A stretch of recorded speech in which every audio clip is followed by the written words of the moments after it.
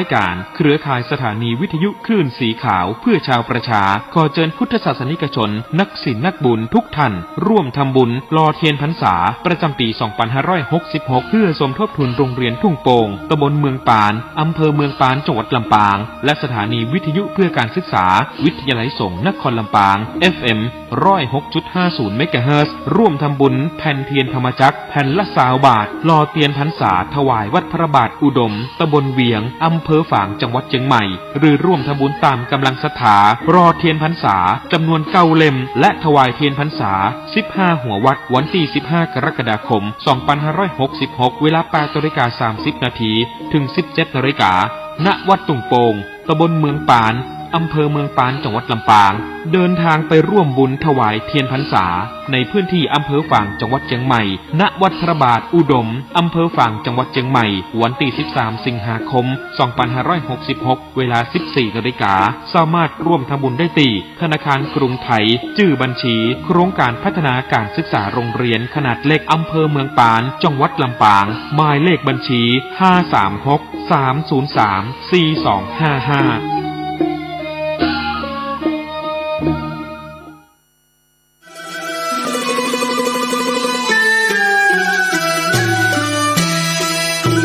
ขอเชิญร่วมทำบุญสร้างกระเบื้องดินเผาธรรมชาติบันไดพญานาควัดโบสถ์ชัยมงคลตำบลมะเขือแจ้อำเภอเมืองจังหวัดลำพูนแผ่นละ50 บาทตารางเมตรละ500 บาทร่วมทำบุญได้ที่ธนาคารกสิกรไทยหมายเลขบัญชี110-333-5287ชื่อบัญชีวัดโบสถ์ติดต่อสอบถาม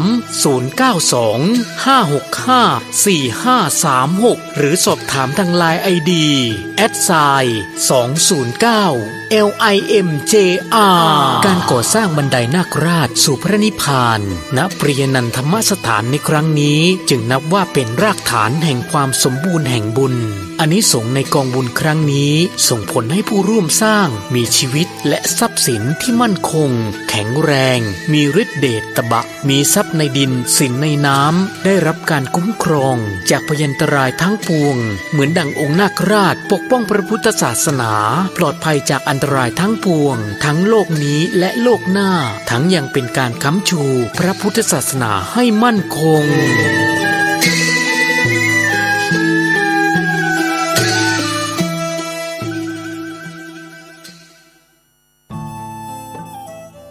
ท่านกำลังติดตามรับฟังสถานีวิทยุกระจายเสียงพระพุทธศาสนาแห่งชาติและสังคม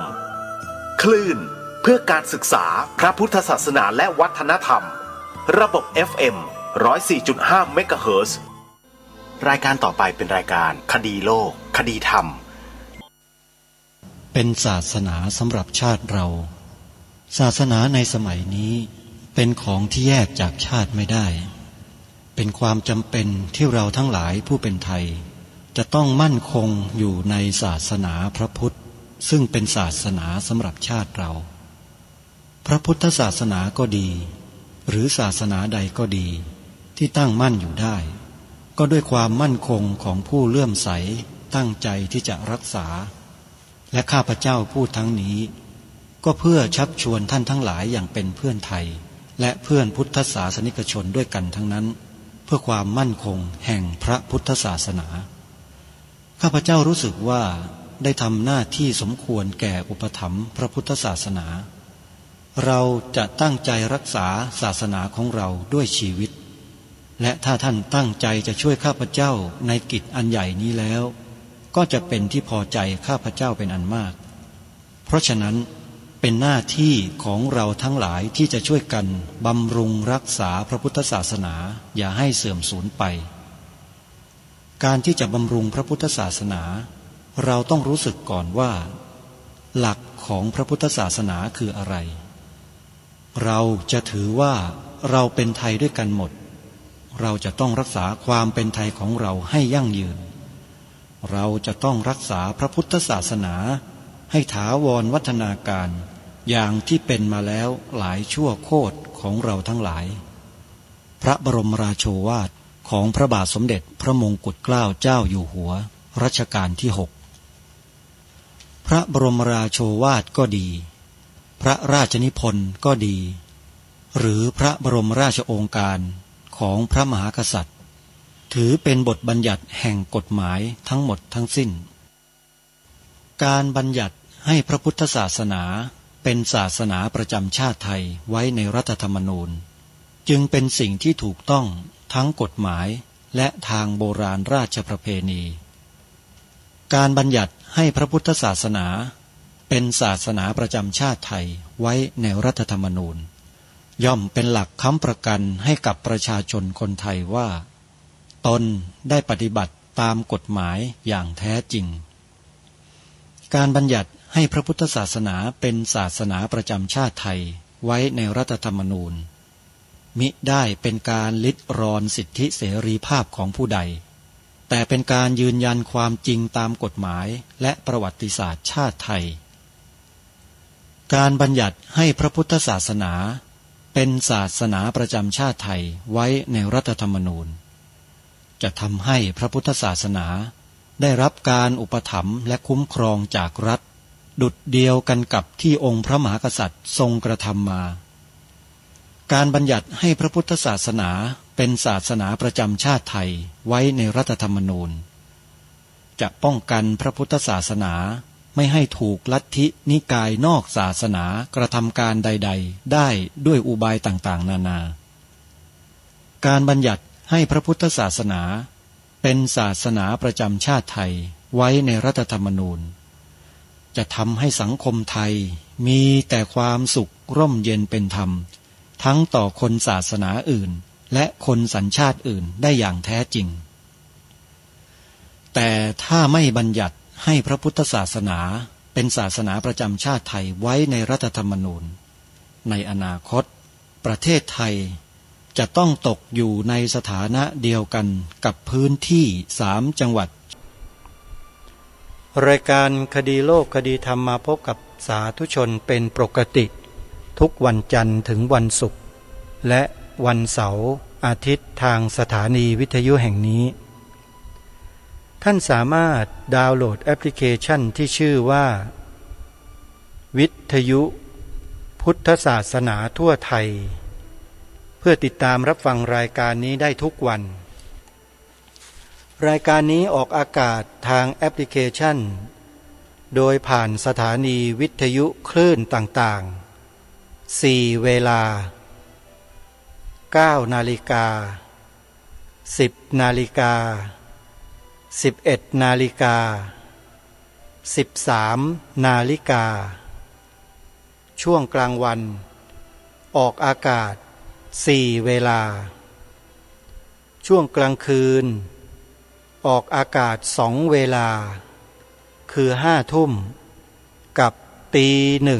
1ช่วงกลางวันนั้นท่านสาธุชนสามารถรับฟังรายการคดีโลกคดีธรรมผ่านแอปพลิเคชันนี้ที่สถานีวิทยุวัดหนองกายอำเภอแม่แตงจังหวัดเชียงใหม่อยู่ในลำดับที่16ของตารางแอปพลิเคชันจากนั้นเวลา10 นาฬิกาท่านสามารถฟังรายการคดีโลกคดีธรรมผ่านแอปพลิเคชันนี้ทางสถานีวิทยุวัดป่าจริยธรรมซึ่งอยู่ในลำดับที่1ของตารางแอปพลิเคชันนี้จากนั้นเวลา11 นาฬิกาท่านสามารถติดตามรับฟังรายการคดีโลกคดีธรรมผ่านแอปพลิเคชันนี้ที่สถานีวิทยุวัดฝายหินวัดฝายหินจัดอยู่ในลำดับที่33ของตารางแอปพลิเคชันจากนั้นเวลา13 นาฬิกาบ่ายโมงตรงท่านฟังรายการคดีโลกคดีธรรมได้อีกครั้งหนึ่ง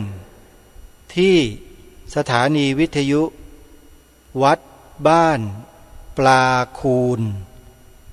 ซึ่งอยู่ในลำดับที่32ของตารางแอปพลิเคชันนี่คือสถานีวิทยุต่างๆที่ร่วมนำรายการคดีโลกคดีธรรมออกอากาศ ผ่านแอปพลิเคชันดังกล่าวท่านยังสามารถรับฟังในช่วงกลางคืนได้อีก2 ช่วงคือเวลาประมาณ4 ทุ่มถึง5 ทุ่มหรือ5 ทุ่มถึงเที่ยงคืนที่สถานีวิทยุวัดหนองกายอยู่ในลำดับที่16ของตารางแอปพลิเคชันและเวลาตี 1ฟังที่วัดฝายหินอยู่ในลำดับที่33ของตารางแอปพลิเคชันขอกราบขอบคุณท่านผู้อำนวยการสถานีวิทยุทุกรูปทุกท่านทุกองค์นะครับที่ได้นำรายการนี้แพร่เสียงออกอากาศให้ญาติโยมสาธุชนได้สดับรับฟังกันเป็นประจำจนกลายเป็นคำโจทย์คำกล่าวหาต่อประชาชนคนไทยต่อพระภิกษุสามเณรโดยที่ญาติโยมพุทธบริษัทก็ไม่รู้ตัวไปหลงเชื่อคนเหล่านี้อย่างที่เรียกว่าคล้อยตามไปทุกสิ่งทุกอย่างทุกเรื่องทุกราวไปหมดแล้วก็กลายไปเป็นด้ามให้เขามาทำลายพระพุทธศาสนาของตัวเองโดยไม่รู้ตัวเพียงเพราะเขาอ้างว่าสิ่งที่เขาพูดนั้นคือคำสอนของพระพุทธเจ้า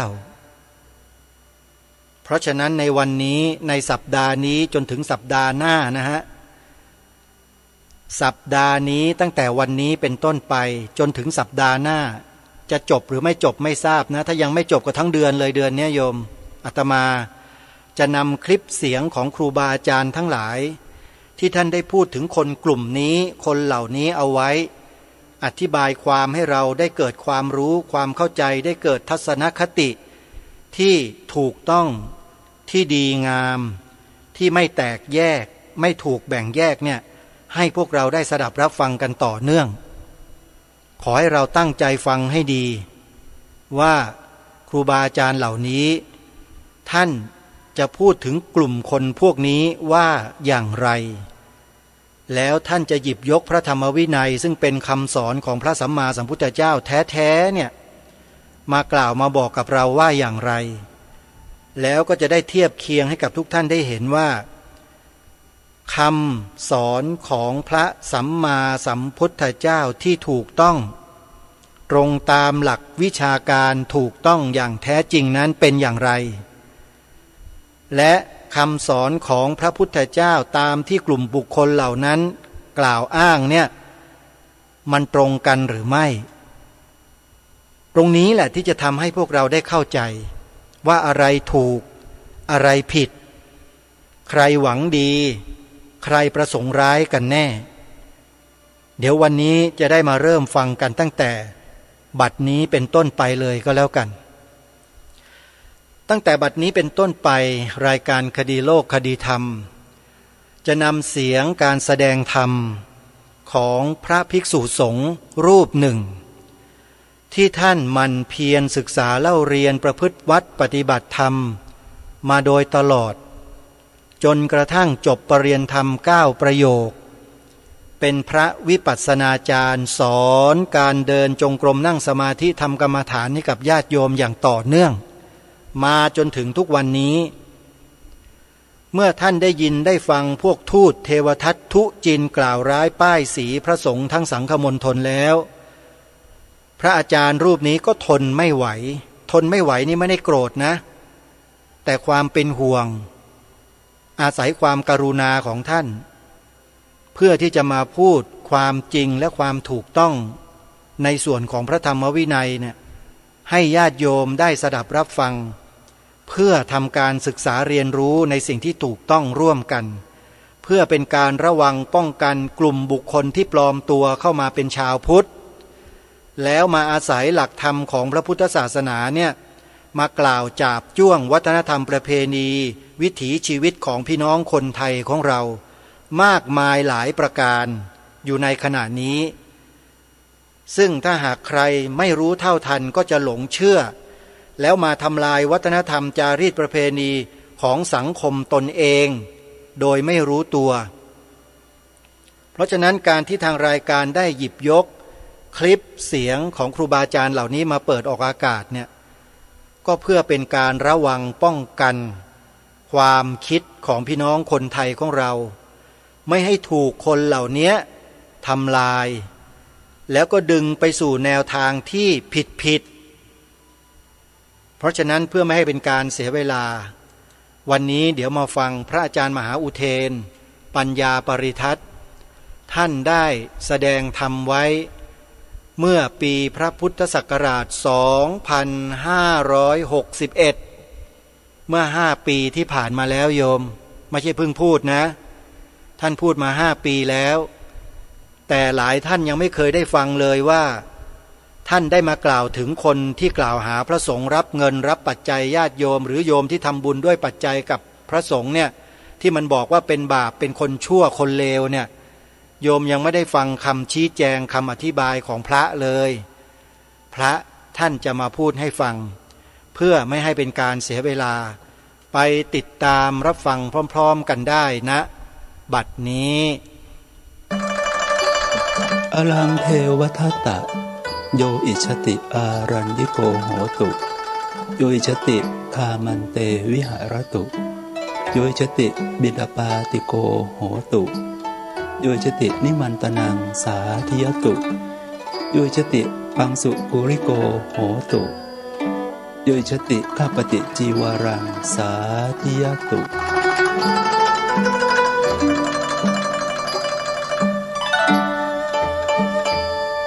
ขอเจริญธรรมอำนวยพรท่านสาธุชนชาวพุทธทั้งหลายวันนี้เป็นวันพระธรรมสวนะแรม14 ค่ำเดือน 4 ปีรากาตรงกับวันศุกร์ที่16 มีนาคมพุทธศักราช 2561 กวนที่ท่านสาธุชนชาวพุทธจะได้สลับตับฟังธรรมเทศนาเป็นลำดับต่อไปตามพระบาลีที่มีมาในพระวินัยปิฎกอาตมาภาพยกสาธกขึ้นแสดงเป็นนิเกปบทว่าอลังเทวทัตตะโยอิชติอารัญญิโกโหตุโยอิชติคามันเตวิหารตุโยอิชติบินดาปาติโกโหตุโยอิชตินิมันตนังสาธิยตุโยอิชติปังสุกุริโกโหตุโยอิชติข้าปฏิจีวรังสาธิยตุแปลว่าอย่าเลยเทวทัตภิกษุรูปใดปรารถนาก็จงอยู่ป่าเป็นวัดเถิดภิกษุรูปใดปรารถนาก็จงอยู่ในบ้านเถิดภิกษุรูปใดปรารถนา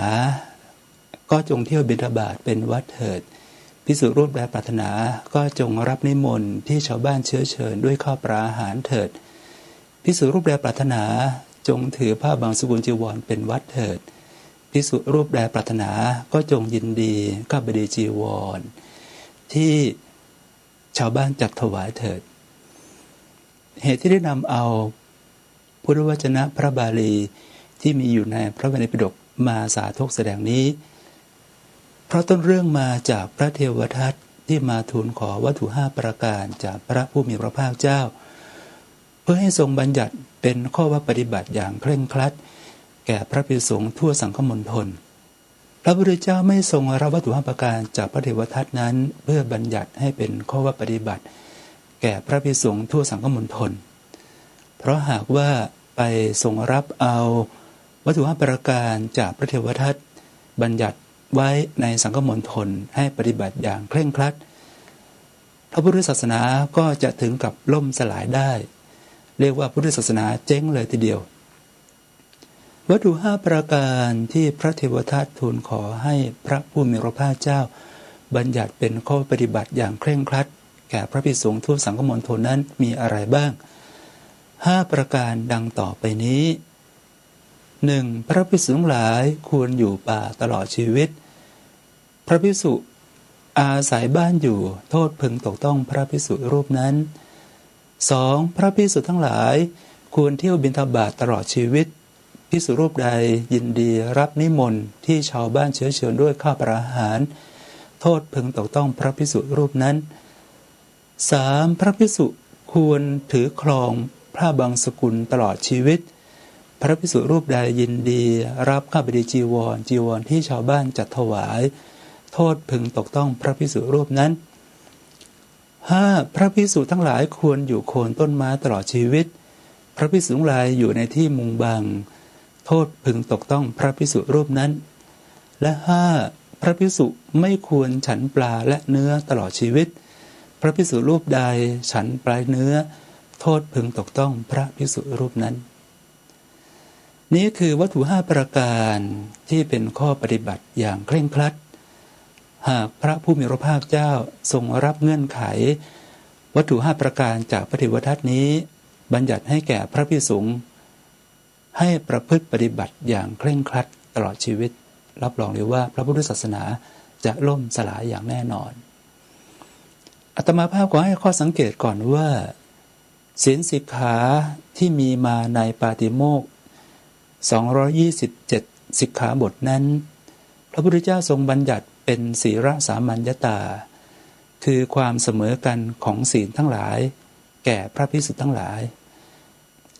ศีลสิกขาบทที่มีมาในปาติโมกข์221ข้อนั้นพระภิกษุทั้งหลายปฏิบัติได้แม้นเหมือนกันแล้วก็ทรงบัญญัติอย่างเป็นกลางๆที่พระภิกษุทุกรูปยึดถือปฏิบัติได้เหมือนกันหมดเป็นศีลสามัญญตาคือความเสมอกันของศีลเลยทีเดียวแต่ครั้นมาเป็นข้อปฏิบัติเคร่งครัดในลักษณะของทุรงควัตรพระพุทธเจ้ากลับทรงให้สิทธิเสรีภาพในการที่จะเลือกออกมาปฏิบัติตามความปรารถนาของพระภิกษุแต่ละรูปภิกษุรูปใดปรารถนาที่จะไปถือธุรงค์เป็นวัดเช่นไปอยู่ป่าตลอดชีวิตไปอยู่ป่าเป็นวัดหรือที่บิณฑบาตเป็นวัดอยู่โคนต้นไม้เป็นวัดรวมถึงไม่ฉันปลาไม่ฉันเนื้อตลอดชีวิตก็ให้เป็นความปรารถนาของพระภิกษุรูปนั้นที่จะไปสมาทานปฏิบัติ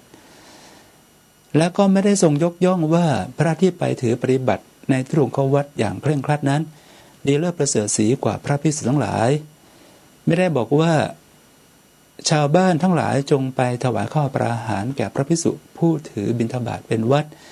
ผู้ถือผ้าบางสกุลวัดอย่างเคร่งครัดนั้นเถิดเพราะจะเป็นบุญเป็นกุศลแก่ท่านทั้งหลายหากพระพุทธเจ้าไปสรรเสริญยกย่องพระที่ถือปฏิบัติอย่างเคร่งครัดอย่างนั้นก็จะทำให้เกิดความแตกแยกในพระพุทธศาสนาคนทั้งหลายก็จะนำข้าวปลาอาหารไปให้เฉพาะแก่พระภิกษุเหล่านั้นส่วนพระภิกษุที่ถือปฏิบัติอย่างเป็นกลางๆไม่เคร่งครัดทั้งหลายชาวบ้านก็จะไม่นำข้าวปลาอาหารไปถวายก็จะเป็นเหตุทำให้พระพุทธศาสนาโดยภาพรวมพุทธบริษัททั้ง4ภิกษุบริษัทภิกษุณีบริษัทอุบาสกบริษัทอุบาสิกาบริษัทจะดำเนินไปไม่ได้และถึงกับจะล่มสลายในระหว่างทางเลยก็เป็นได้นี้ให้พึงทำความเข้าใจกันก่อนว่าเพราะเหตุไรพระพุทธเจ้าจึงไม่ทรงรับบัญญัติวัตถุ5ประการให้เป็นข้อปฏิบัติอย่างเคร่งครัดในท่ามกลางสงฆ์ทั่วสังคมณฑลเพราะว่าจะเป็นเหตุทำให้พุทธศาสนาโดยภาพรวมนั้นจะล่มสลายไปได้เชื่อหรือไม่ว่าทุกยุคทุกสมัยคนอย่างเทวทัตมักเกิดขึ้นได้เสมอโดยเฉพาะยุคสมัยที่ล่วงกึ่งพุทธกาลนี้มาแล้วพระภิกษุสงฆ์ประพฤติปฏิบัติกันอย่างหย่อนยานก็จะมีเทวทัตเกิดขึ้นอีกเทวทัตก็จะเกิดขึ้นในลักษณะของการมาเสนอข้อว่าปฏิบัติอย่างเคร่งครัดให้แก่พระภิกษุสงฆ์นั่นเองก่อนที่จะอธิบายในรายละเอียดเหล่านี้อาตมาภาพขอออกตัวก่อนว่ามิได้มีอคติต่อใครภิกษุรูปใดเลยหากแต่กล่าวตามธรรมตามวินัยและตามพฤติกรรมของคนคนนั้นยกตัวอย่างในอคัญญสูตรที่วาเสถะและภารัตวาชะสามเณรทั้งคู่เข้ามาบวชภายในพุทธศาสนานี้แล้วก็ถูกพวกพราหมณ์ด่าว่าตำหนิติเตียนได้มากราบทูลพระผู้มีพระภาคเจ้าให้ทรงทราบว่าพราหมณ์ทั้งหลายที่ตำหนิติเตียนนั้นได้กล่าวว่าพราหมณ์เกิดมาจากโอษฐ์ของพระพรหมกษัตริย์เกิดมาจากอุระหรือพระพาหาของพระพรหมแพทย์เกิดจากนาภีสะดือของพระพรหมสูตรเกิดที่เท้าของพระพรหมส่วนสมณโรสทั้งหลายเกิดที่หลังเท้าของพระพรหม พระพุทธเจ้าได้ตรัสบอกวาเสถะภารัตวาชะสำเร็จทั้งคู่นั้นว่าหาใช่เป็นเช่นนั้นไม่วาเสถะภารัตวาชะ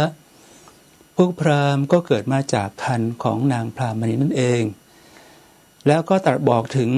เหตุเกิดของกษัตริย์พราหมณ์แพร่สูบจากแหล่งต้นเดิมว่าเป็นอย่างไรได้ตรัสบอกว่าสมัยมนุษย์ต้นกลับที่เกิดปัญหาเรื่องที่ไร่ที่นาที่จัดสรรปันส่วนกันอย่างไม่ลงตัวจึงไปเชิญมนุษย์ต้นกลับผู้มีผิวพรรณมาน่างดงามน่าเกรงขามมาให้เป็นผู้จัดสรรปันส่วนที่ไร่ที่นาให้อยู่ในกรรมสิทธิ์ของแต่ละบุคคลอย่างเท่าเทียมกันเมื่อมนุษย์ต้นกลับผู้มีผิวพรรณงดงามสง่านั้นได้มาจัดสรรปันส่วน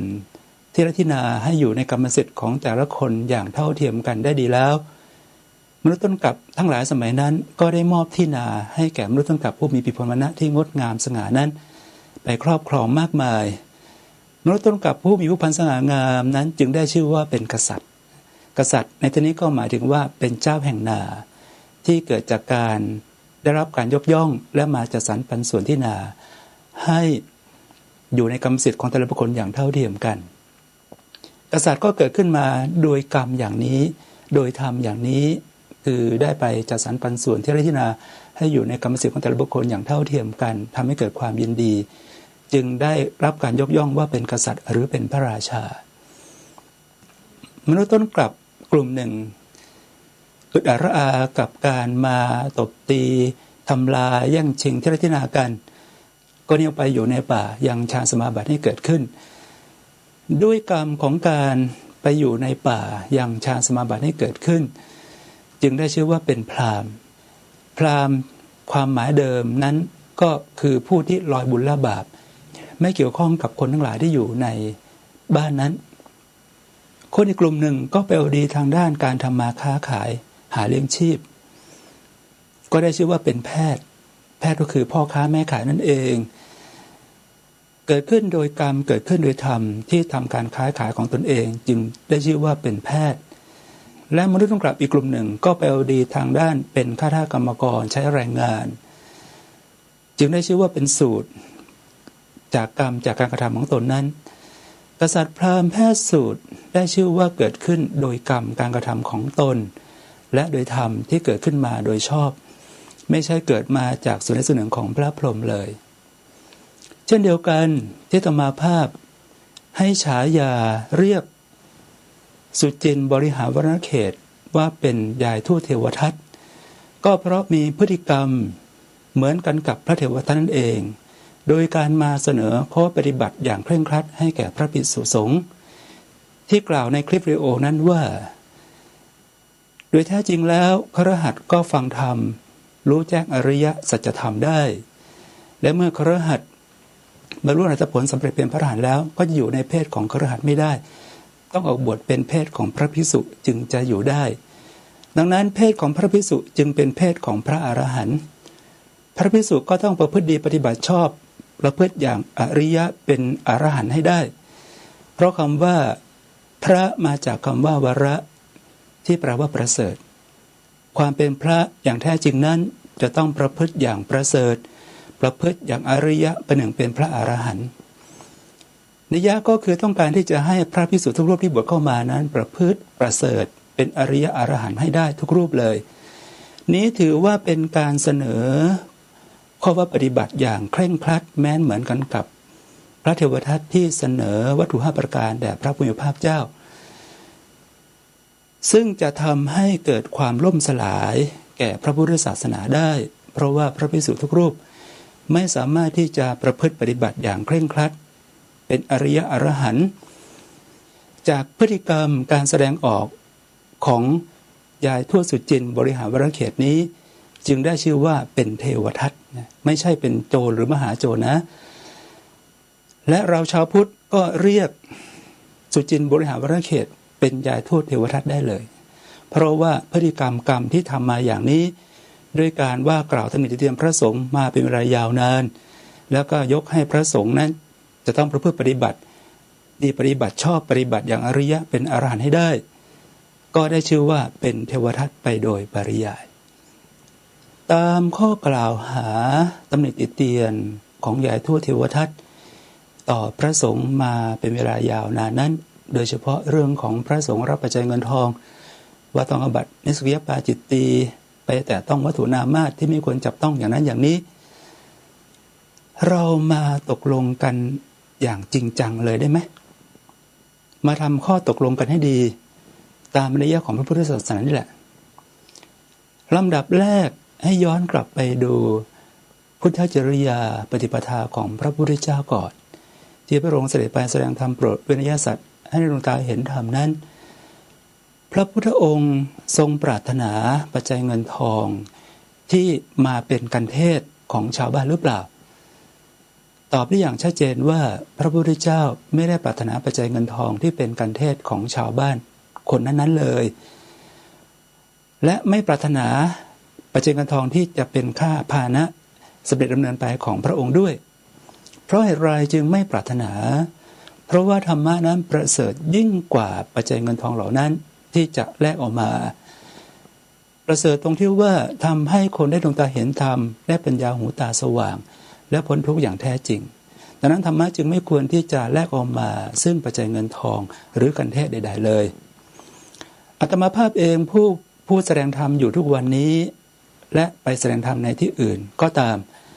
ไม่เคยปรารถนาที่จะให้ญาติโยมมาถวายปัจจัยเงินทองเป็นกันเทศเลยเพราะรู้ทั้งรู้ว่าธรรมะนั้นประเสริฐยิ่งกว่าปัจจัยเงินทองเหล่านั้นที่จะแลกออกมาหากแต่ไปผู้แสดงธรรมเพื่อปลุกเกื้อกูลเพื่อความสุขของปัญญาหูตาสว่างของประชาชนทั้งหลายซึ่งนั่นก็ประเสริฐกว่าใช่ไหมทีนี้เรามาทำข้อตกลงกันว่าพระพุทธเจ้าเสด็จไปแสดงธรรมโปรดเวนยสัตว์ไม่ได้รับปัจจัยเงินทองแม้เป็นค่าพาหนะเดินทางของพระองค์หรือเป็นการเทศที่จะเอามาให้แก่พระองค์เลยธรรมะไม่ควรต่อการที่จะไปแลกเอาปัจจัยเงินทองมาเพราะประเสริฐยิ่งกว่านั้นถ้าเช่นนั้นคุณที่เป็นฆราวาสนั่นแหละสุจินต์บริหารวรรณเขตหรืออาจารย์ยุพาอารามกุลที่เอาธรรมะของพระพุทธเจ้าไปพูดไปแสดงนั้นคุณก็ไม่พึงที่จะไปรับปัจจัยเงินทองของชาวบ้านที่เขานำมาให้แก่คุณใช่ไหมแล้วถามว่าที่คุณไปพูดบรรยายอยู่ตามโรงแรมต่างๆหรือสถานที่องค์กรที่งดงามต่างๆนั้นคุณได้รับปัจจัยเงินทองหรือเปล่าคุณเอาปัจจัยเงินทองไหมอาตมาเชื่อแน่นอน 100% ว่าคนพวกนี้จะต้องรับค่าวิทยากรเป็นปัจจัยเงินทองแทบทั้งนั้นไม่เคยเลยที่จะไม่รับปัจจัยเงินทองจากคนฟังที่เอามาให้ตนเลยใช่ไหมอันนี้คือทำข้อตกลงกันให้ได้ก่อนว่าถ้าต้องการจะให้พระภิกษุสงฆ์เคร่งครัดไม่รับปัจจัยเงินทองเลยพวกคุณก็ต้องทำให้เป็นตัวอย่างก่อนว่าการที่เอาธรรมะของพระพุทธเจ้าไปพูดไปแสดงนั้นก็ไม่รับปัจจัยเงินทองเหมือนกันเพราะธรรมะนั้นประเสริฐยิ่งกว่าปัจจัยเงินทองไม่ควรที่จะเอาแลกมาคุณทำเป็นตัวอย่างให้ได้ก่อนว่าที่เที่ยวพูดแสดงธรรมตำหนิเตียนพระสงฆ์อยู่นั้นไม่รับปัจจัยเงินทองใดๆเลยแม้แต่เป็นค่าพาหนะเดินทางไปของตนจะต้องเดินทางไปเองจะรับอย่างมากก็เพียงแค่ข้าวปลาอาหารที่เขานำมาเลี้ยงดูขณะที่ไปบรรยายอยู่นั้นเท่านั้นต่อมามหาวิทยาลัยสงฆ์ทั้งฝ่ายมหานิกายธรรมยุทธมจร.มมร.นั่นแหละก็ต้องทำเป็นตัวอย่างด้วยเพราะว่าพวกท่านทั้งหลายได้นำเอาธรรมะของพระพุทธเจ้าไปสอนเป็นวิชาของพุทธศาสนาจะต้องไม่รับปัจจัยเงินทองเช่นเดียวกันสอนเอาบุญเอากุศลกันอย่างแท้จริงไม่รับปัจจัยเงินทองแม้กระทั่งเป็นค่าพาหนะที่จะเดินทางไปมปจร.หรือมจร.หรือมมร.รับเป็นอย่างมากก็คือข้าวปลาอาหารที่ญาติโยมจะถวายนำไปเลี้ยงดูเท่านั้นทำให้เป็นตัวอย่างก่อนได้ไหมถ้าทั้งสุจินต์บริหารวรรณเขตอาจารย์ยุพาอารามกุลทำให้เป็นตัวอย่างโดยการพูดการแสดงธรรมเผยแผ่พระศาสนานั้นไม่รับปัจจัยเงินทองเลยมจร.มมร.อาจารย์ในมหาวิทยาลัยสงฆ์ทั้งสองแห่งนั้นก็สอนให้เอาบุญอกุศลกันอย่างแท้จริงไม่รับปัจจัยเงินทองเลยอาตมาภาพและพระสงฆ์ทั้งมวลในประเทศไทยนี้ก็จะปฏิบัติตามโดยการที่ไม่รับปัจจัยเงินทองเช่นเดียวกันไม่ว่ากรณีใด เรามาทำข้อตกลงกันอย่างนี้ดีไหมก่อนที่จะให้พระประพฤติอย่างเคร่งครัดไม่รับปัจจัยเงินทองกันพวกคุณสุจินต์บริหารวณเขตอาจารย์ยุพารามคุณทำให้เป็นตัวอย่างก่อนว่าคุณมีความบริสุทธิ์ใจต่อการเผยแผ่พุทธศาสนาเอาบุญเอากุศลกันอย่างแท้จริงตามที่อาตมาภาพได้มาพูดคุยชี้แจงแสดงตามหลักธรรมวินัยในพระไตรปิฎกและอธิบายขยายความตามบริบททางสังคมเหตุปัจจัยอย่างรอบด้านโดยเฉพาะเรื่องของนิสกิยปาจิตตีข้อที่พระภิกษุรับปัจจัยเงินทองนั้นต้องอาบัติเป็นนิสกิยปาจิตตีก็ปรากฏว่ามาในมุกเดียวกันเลยทั้งมหาภาคภูมิศิรนันโทและทั้งชายคนหนึ่งที่มาตำหนิติเตียนอาตมาในช่องสนทนาของ Facebook ว่าอาตมาคัดค้านพุทธบัญญัติของพระพุทธเจ้ามาล้มล้างพุทธบัญญัติข้อที่ว่าด้วยรับปัจจัยเงินทองนั้นอาตมาภาพก็ไม่เข้าใจเหมือนกันว่าคนพวกนี้สายตาทำมาจากอะไรถึงอ่านหนังสือไม่รู้เรื่องสมองก็ไม่รู้ทำมาจากอะไรมีแต่เปลือกสมองหรือเปล่าก็ไม่แน่ใจนะไม่รู้ไม่เข้าใจในยะที่อาตมาภาพพูดอธิบายแสดงชี้แจงให้ฟังเลยอาตมาภาพนี่แหละเป็นคนที่ซื่อตรงต่อธรรมวินัยในพระไตรปิฎกของพระพุทธเจ้าอย่างแท้จริงไม่เคยคิดที่จะคัดค้านพุทธบัญญัติหรือล้มล้างพุทธบัญญัติข้อใดข้อหนึ่งเลยหากแต่กล่าวตรงตามความเป็นจริงทุกประการตั้งแต่ต้นเลยเอาอย่างนี้ดีไหมถ้าต้องการที่จะให้เคร่งครัดจริง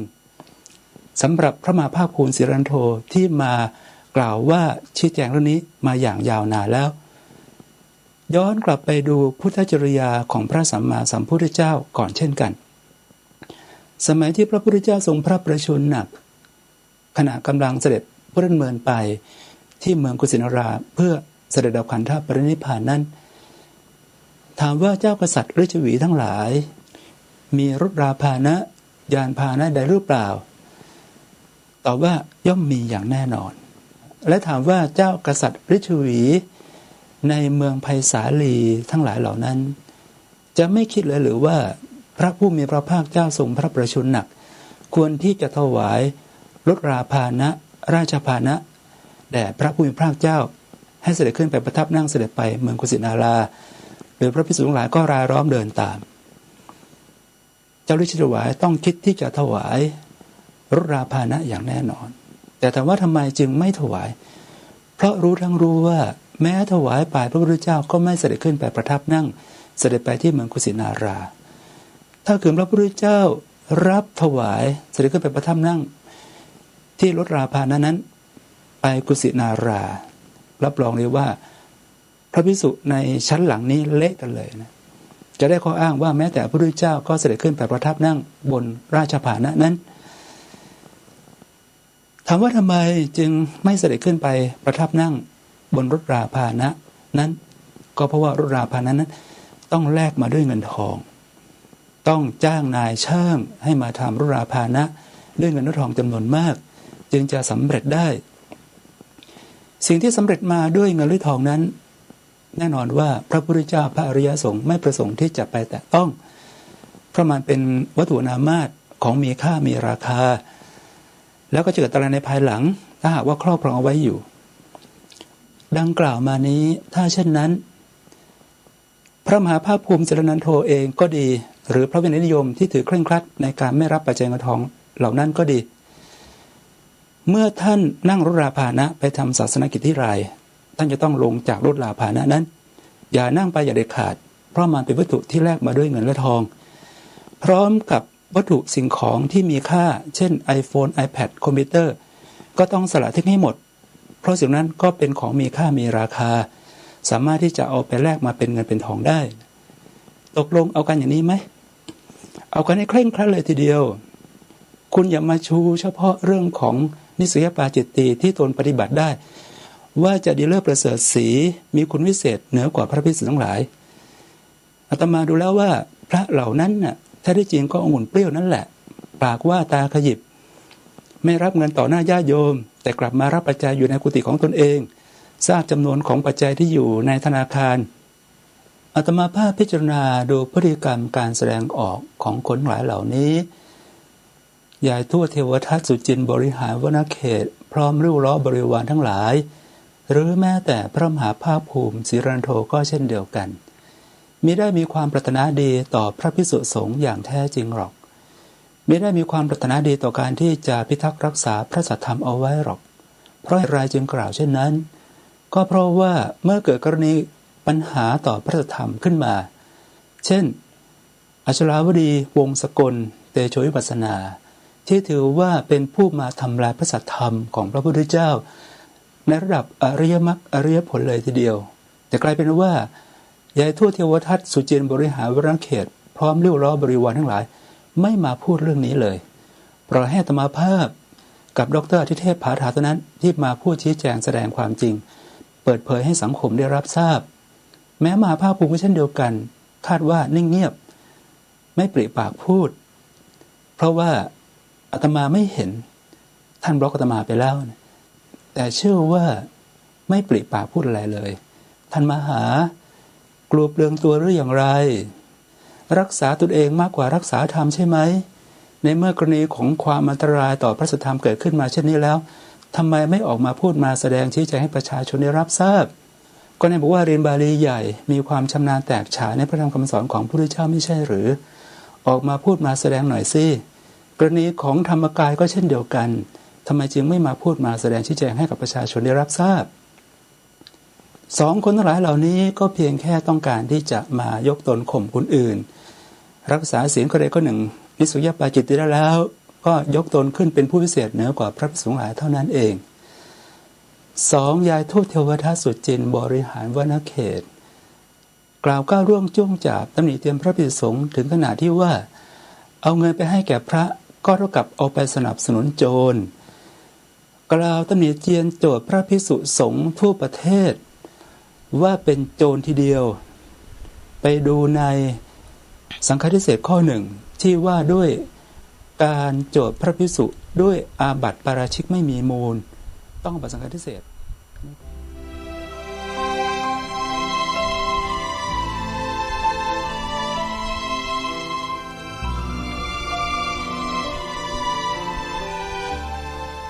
ท่านสาธุชนผู้ฟังทุกท่าน